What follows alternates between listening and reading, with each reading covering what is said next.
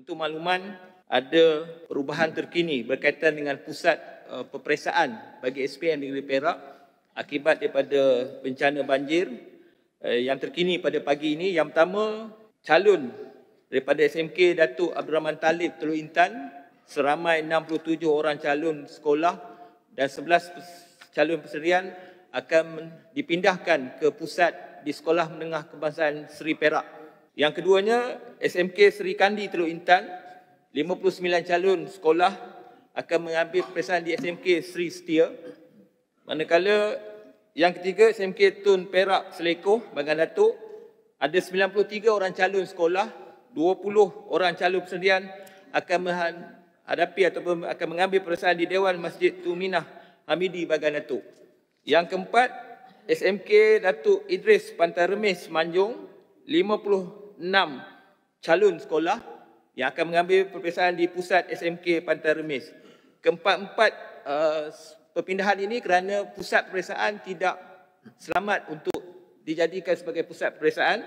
Manakala satu sekolah lagi di Sekolah Menengah Tahfiz Darul Rizwan Pangkor pun juga berpindah ke SMK Pangkor seramai 20 orang calon kerana keadaan bangunan ataupun cerun yang agak kritikal dan tidak selamat, dan 20 orang calon di SMTDA Darul Rizwan Pangkor ni telah pun ditempatkan di pusat kurikulum sebagai penginapan untuk langkah-langkah keselamatan.